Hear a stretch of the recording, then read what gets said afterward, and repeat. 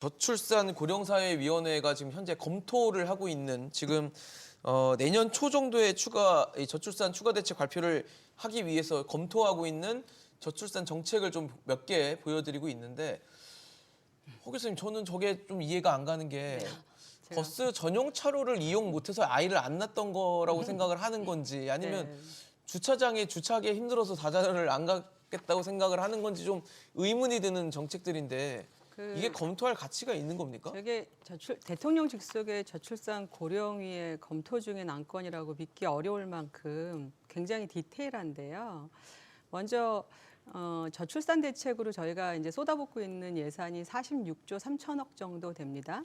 근데 그 중에 22조 2천억 이상이 신혼부부 주택 예산이에요. 절반이.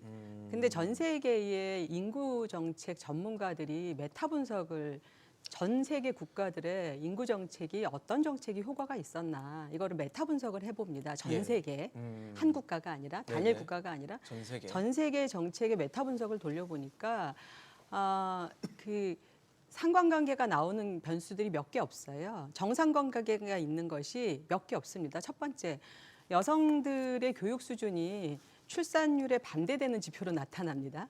근데 대한민국은 여성들의 교육 수준이 굉장히 높죠. 두 번째, 아동 수당이 있는 국가들이 출산율이 높습니다. 근데 대한민국은 아동 수당이 없습니다. 네, 그러니까 이게 대한민국이 갖고 있는 아동 수당 이름이 있으나 이게 OECD 국가와 비교할 만한 아동 수당으로 보기가 굉장히 어렵습니다. 있긴 있는데 네, 아동수당하는 게 있지만 굉장히 부족하다라는 그건 말씀이시죠? 굉장히 어렵습니다. 예를 들어서 이제 OECD 평균 뭐 영국이나 미국 이런 데 같은 경우는 한 달에 24만 원 정도를 16세까지 매 계속 지급을 하거든요. 그러니까 아동수당이라고 하는 게 아이를 키우면서 드는 비용에 대해서 기본적인 비용을 국가가 그냥 지급하는 방식으로 OECD 국가들이 운영을 하는 그런 아동수당인데 우리는 그런 거 지금 상상할 수 없잖아요. 8세 미만에 10만 원. 그러니까 무슨 말을 하려고 하냐면 이렇게 전 국가의 그 인구 정책과 관련해서 상관관계가 뚜렷하게 보이는 정책 몇 개 없는데 그 몇 개 없는 그 정책은 하지 않습니다. 그리고 저런 거 하는 겁니다. 상관관계가 주차장. 없는 네, 모호한. 주차장. 네. 뭐 그다음에 박물관. 그 전용차로. 그렇습니다. 전용차로 왜 해야죠? 근데 문제는 자, 인구의 양과 질의 정책이 있는데요. 인구의 수를 늘리는 데 필요한 정책이 지금 대한민국에 필요하거든요. 네. 인구의 질을 높이는 정책도 물론 필요합니다. 그러나 지금 급한 것은 인구의 수를 늘리는 정책인데 저런 주차장, 박물관 이런 정책들, 인구의 질을 높이는 정책들은 우선순위가 아니라고 생각을 하고 하지 말자가 아니라 네네. 저런 일단 것밖에 양부터 먼저 챙기자. 그렇습니다.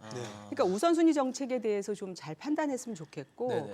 두 번째는 지금 그 아까 진 장관님께서 그런 말씀을 하셨는데 예산 획기적으로 투자해야 된다라는 말씀하셨는데 그 접근 굉장히 중요한데요. 지금 인구보건복지협회라고 하는 게 있어요. 네네.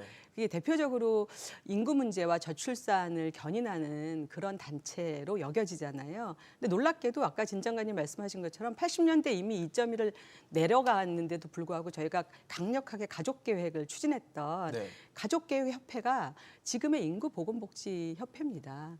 그러니까 무슨 말이냐면 옛날에 산하 제한하던 그 기관이 지금은 인구 늘리자고 하고 있는 그런 협회가 되고 있어서 이게 도무지 그 세수를 예쁘게 담는 게 맞나 저는 굉장히 의아스럽게 생각을 합니다. 결국은 저희가 지금 대한민국의 이 저출생의 위기를 얼마나 심각하게 인식하고 대응하느냐 이 문제에 있어서는 진 장관님과 굉장히 똑같이 공감을 네, 같이 하는데 하시는데. 결단코 이 정도의 수준으로는 네, 돌파할 수 안 없다. 된다. 예, 그러니까 라고 우리가 생각합니다. 이 인구 문제나 출산율을 보는 프레임이나 시각 자체를 완전히 맞습니다. 발상을 전환을 해야 되는데 지금 보건복지부의 하나의 부서로 인구정책실이 있는데요. 네네.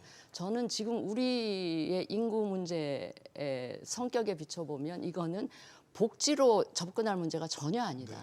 우리 미래를 위한 투자의 개념으로 그래서 아까 제가 국가 재정, 뭐 국가 채무 염려하지 말고 쏟아 부어야 된다. 제 생각에는요, 이 인구 문제가 어느 정도 궤도에 출산율이 궤도에 올라오면 우리가 당면하고 있는 문제들 중에 상당 부분은 저절로 해결될 만한 것들도 많아요. 국민연금의 문제라든지 뭐 그런 여러 거가 가지 있어서. 것들이. 예.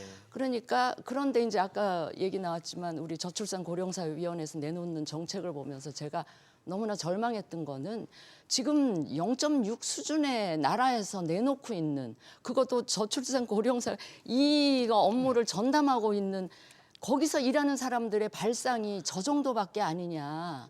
너무 한심하고 한가한 거예요. 그래서 제가 지금 약간 흥분을 하고 있는데 그래서 저는 아까 우리 설 교수님 말씀을 하셨지만 저출산 고령사회위원회가 대통령이 이제 상징성을 가지고 위원장으로 돼 있어요. 근데 네네. 대통령께서 다 신경을 쓰시기가 힘드니 저출산 고령사회위원회의 부위원장이 지금 제가 깜짝 놀란 게 그게 비상근으로 되어 있더라고요. 절대 안 돼요. 그거를 상근 부위원장으로 하고 그 상근 부위원장에게 대통령이 엄청난 힘을 실어줘야. 실어주면서 거의 뭐 총리급으로 일을 할 수 있어야 이 출산 문제라는 게 정부 각 부처에 다 연결이 되어 있기 때문에 그 정도의 권위와 힘을 가지고 각 부처 장관들을 움직일 만한 권위와 힘을 대통령께서 줘야 된다. 부여해야 상근 된다. 부위원장한테 실어 주셔야 돼요. 지금같이 저렇게 하면 이게 제가 답답한 게 시간이 자꾸 1년, 2년 가는데 맞아요. 그럼 출산율은 바닥을 모르고 계속 내려갈 수밖에 없거든요.